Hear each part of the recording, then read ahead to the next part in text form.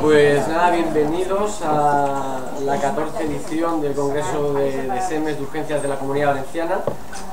Bueno, hemos preparado una mesa, se ha tratado de buscar actualizaciones. Este último año han aparecido nuevos fármacos, hay nuevos protocolos, y un poco queríamos hacer de una manera rápida, pues compartiendo compañeros también de otras especialidades que nos hablarán también de sus experiencias, pues de una manera rápida hacer una actualización en los temas que hemos decidido, que son los parecían más importantes. Son muchos temas, la mesa va a ser continua, cada presentación aproximadamente son 10 minutos, hay alguna que es un poquito más larga. Como la mesa no va a tener pausas, se va a poder entrar y salir. Lo único que os pido que mientras que el ponente esté hablando, que no entremos ni salgamos. A las 10, ¿eran? A las 10 tendremos el café, podemos salir, tomarlo dentro si queremos, no hay problema. Lo único que siempre, como tendremos fuera la pantalla, pues si está el ponente hablando, pues esperad para no interrumpir. Y en principio no creo que tengamos tiempo para preguntas, porque ya vais a ver que hay mucha información para dar y bueno, al final si nos queda tiempo siempre cabe la posibilidad, ya lo vamos viendo. Bueno, pues vamos a empezar ya, porque vamos muy justos de tiempo. Y va a empezar Cristina Sánchez, que es digestiva del Hospital de Alicante. Nos va a presentar el manejo de la hemorragia digestiva alta de una manera ambulatoria, qué hemorragias se pueden mandar y cuáles no a casa, una vez tratadas, claro. Y bueno, y a partir de ella continuamos. Bueno, vamos a dar paso ya a Cristina.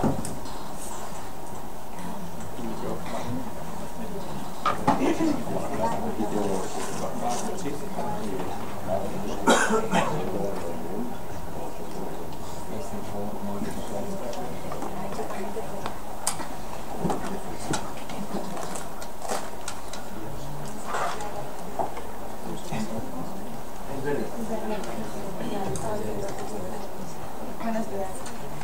Voy a hablaros de la hemorragia digestiva alta no varicosa de bajo riesgo y nuestro protocolo de manejo ambulatorio. ¿Sí?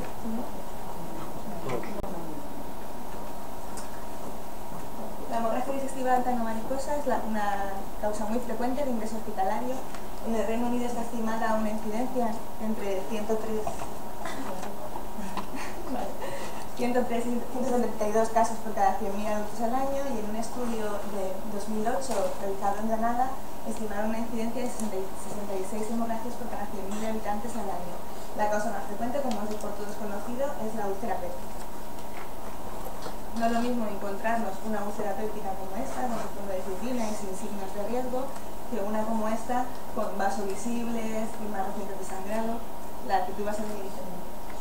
En ese estudio de 1994 de New England se estableció la relación que había entre las características de la úlcera péptica, con signos de sangrado, con coagulabilidad, con vaso visible, y el riesgo de resangrado, de cirugía o de mortalidad. Podemos ver que las úlceras de base limpia con bajo riesgo de resangrado y de cirugía suponían el 42% de la úlcera péptica sangrante, con lo cual sería muy interesante identificar a estos pacientes de bajo riesgo para reducir los costes por ingresos sanitarios. Para ello se han desarrollado escalas de riesgo como el índice pronóstico de Roca, que identifica pacientes de bajo riesgo de resangrado y de mortalidad, como ya se demostró en esta publicación. El problema de esta escala es que requiere evaluación endoscópica, lo cual no siempre está disponible en el momento del ingreso. La escala de Roca evalúa variables como la edad, el estado circulatorio, enfermedades asociadas, el diagnóstico endoscópico, separando el Mallory Weiss y las gastroscopias sin lesiones de neoplasia y otros diagnósticos, y los signos de hemostasia reciente. Si presenta una puntuación de 0 a 2, se considera que tiene un riesgo bajo de resangrado, de 3 a 4 un riesgo medio, y si es mayor o igual a 5, un riesgo alto. Otra escala que podría sernos muy útil es la escala de Bradford, que utiliza variables clínicas que son muy fáciles de obtener en un área de urgencias. En este estudio de 2007 retrospectivo se averiguó que los pacientes con un Bradford igual a 0 o 1 presentaban menos estímulos de sangrado reciente en la endoscopia y posteriormente menos resangrado y menos mortalidad. Y lo más útil de esta escala es que podemos calcularla previa a la endoscopia, lo cual puede ser muy útil en un servicio de urgencias. La escala de Bradford utiliza valores como la urea, hemoglobina, que son fácilmente conseguibles en urgencias, la tensión arterial y otras variables como taquicardia, presencia de melena, síncope, hepatopatía o insuficiencia cardíaca.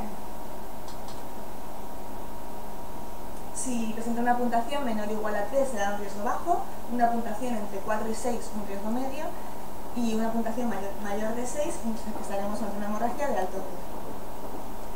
En 2009 se publicó en Lancet un estudio realizado en 2 centros hospitalarios de Reino Unido con una primera fase retrospectiva que incluía a 676 pacientes con hemorragia digestiva e identificaron que el 16% de ellos presentaban un black score igual a 0. En una segunda fase prospectiva incluyeron 491 pacientes con hemorragia digestiva, de los cuales esta vez un 22% tenía un black score igual a 0 y de estos pacientes a 84 se les manejó de manera ambulatoria sin que presentaran efectos adversos. No necesitaron tratamiento endoscópico, ni presentaron lesiones malignas, ni resangrado posterior. Inspirándonos en este artículo, en el Hospital General de Alicante, los servicios de urgencias y el servicio de digestivo conjuntamente hemos elaborado este protocolo, en el cual se incluyeron los pacientes que acudían al área de urgencias con hemorragia digestiva sin hepatopatía asociada, y los pacientes que presentaban un black score igual a 0 se les daba de altas desde el servicio de urgencias y que tenían hemoglobina y urea normales, sin hipotensión, ni cardiopatía, ni taquicardia, y al día siguiente se les hacía una endoscopia de manera ambulante en el servicio de endoscopias. Los pacientes que tenían un black score igual a 0 ingresaban en la observación de la UCI y se les hacía la endoscopia al día siguiente. Tenía que ser un black score únicamente a costa de melenas. Los pacientes de black score de 2 o más, como hasta el momento, se ingresaban en la unidad de sangrantes. Había 2 excepciones: los pacientes que estaban antiagregados, aunque tuvieran un black score igual a 0, ingresaban en la observación de UCI, y los pacientes que estaban anticoagulados, directamente, fuera cual fuera su black score, ingresaban en la unidad de sangrantes. De todos los pacientes, durante estos meses estamos recogiendo una fuente de datos como esta, en la que recogemos si el paciente es fumador, si presenta alcoholismo, si toma fármacos que puedan influir en la hemorragia, como antiinflamatorios, antiagregantes o anticoagulantes, si existe una presencia de comorbilidad concomitante, y tomamos los valores de tensión arterial, frecuencia cardíaca, urea y hemoglobina en urgencias, si presenta melenas al ingreso, si en su casa o en urgencias presenta síncope, y posteriormente el diagnóstico endoscópico y los signos de hemostasia reciente. Calculamos con estos datos la escala de Rockall y la escala de Blackford y apuntamos en qué servicio ingresa o si se maneja de manera ambulatoria. A la semana y al mes del alta desde la UCI o desde urgencias se les hacía un control telefónico intentando averiguar si el paciente había ido al médico de primaria, si había vuelto a urgencias, si había regresado o si desgraciadamente había fallecido. Aquí está el protocolo resumido. Los pacientes que ingresan por una hemorragia digestiva alta en urgencias, si tienen un black score igual a 0, se les realiza al día siguiente la endoscopia ambulante por la mañana. Si presentaran algún signo de sangrado activo, algún estigma de riesgo en la endoscopia, se ingresarían en la unidad de sangrantes. Si la endoscopia está correcta, se les deriva a atención primaria y a digestivo de zona. Los pacientes con un black score igual a 1 o con un black score de 0 y antiagregados ingresan en la observación de urgencias. Se les hace la endoscopia al día siguiente.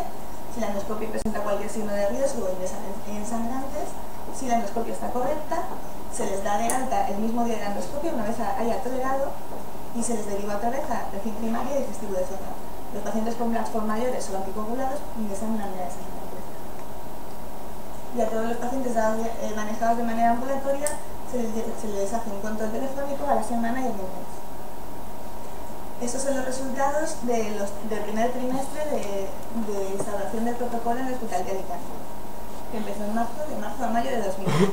51 pacientes diagnosticados de hemorragia digestiva alta en urgencias se incluyeron en el protocolo, 10 pacientes se manejaron de manera ambulatoria, 5 pacientes ingresaron en UCI y 36 pacientes ingresaron en la unidad de sangrante. La edad media de los pacientes ambulatorios era bastante menor, con una edad media de 32 años, y los pacientes ingresados en UCI y en la unidad de sangrantes rondaban los 67-68 años. Y bien podéis ver que el rango en los dos casos es muy amplio, desde 23 a 88 y 18 a 90 años. En los 3 grupos predominaban los hombres, como era de esperar, con un 70-80% de hombres en la muestra, en los 3 casos. Y solamente un paciente presentaba comorbilidad asociada a los pacientes ambulatorios y el paciente de UCE y unidades sangrantes rondaba un 60-58%. Aquí están más o menos resumidos los hallazgos endoscópicos de los tres grupos. De los pacientes ambulatorios, 3 pacientes no presentaban lesiones, 3 pacientes presentaban lesiones de un Mallory Weiss, un paciente con lesiones agudas de la mucosa gástrica y este paciente con otros diagnósticos eran unos pólipos de glándulas cónicas. 2 pacientes no se realizó la endoscopia, uno porque directamente no acudió y el otro porque acudió sin estar en ayuno. De los 5 pacientes de la unidad de corta estancia, 2 no presentaban lesiones, un paciente presentaba esofagitis y otro paciente, esto era una angioplastia gástrica, y un paciente no se realizó la endoscopia por negativa del mismo. Y la unidad de sangrantes hay muchos más diagnósticos, también son más pacientes. 7 pacientes no presentaban lesiones, 2 pacientes un Mallory Weiss, 4 pacientes esofagitis. Podemos comprobar, como era de esperar, que la mayoría de los hallazgos corresponden a urtus péptico, 4 gástricos y 9 duodenales.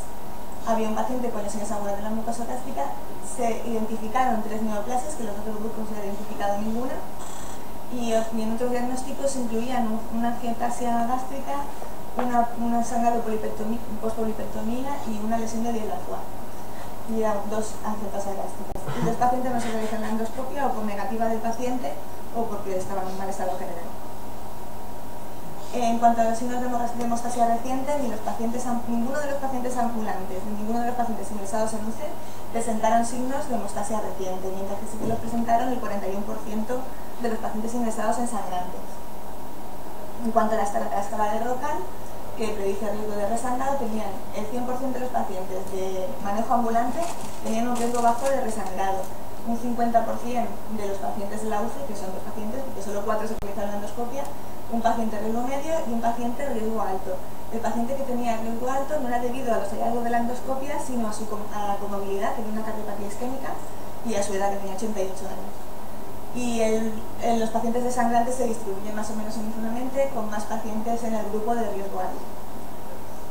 En cuanto a reingresos y nuevas visitas a urgencias en el mes de seguimiento, ninguno de los pacientes de manejo ambulatorio reingresó, uno fue de urgencias pero con un dolor lumbar, y en los pacientes dados de alta de UCE ninguno reingresó ni se visitó urgencias. En estos 3 primeros meses no hubo ningún éxitus y sí que tampoco hubo ingresos que se pasaran de la UCE ni de ambulantes a sangrantes. Sí que es verdad que en los últimos 3 o 4 meses sí conozco por lo menos 2 casos que han pasado de la UCE a sangrantes, pero no en el primer trimestre. Las conclusiones son que el índice de Blackford parece un método seguro para seleccionar a aquellos pacientes con hemorragia digestiva alta no varicosa que pueden manejarse de forma ambulatoria. Estos pacientes presentan menos signos de hemostasia reciente y menos riesgo de resangrado, por lo cual no necesitan tratamiento endoscópico. Y no hemos identificado reingresos ni visitas a urgencias relacionadas con la hemorragia digestiva. Si bien estos datos hay que tenerlos todavía con cautela porque tenemos una muestra de pacientes ambulatorios todavía muy pequeña y seguramente al cabo de un año podremos dar conclusiones un poquito más firmes. Eso es todo.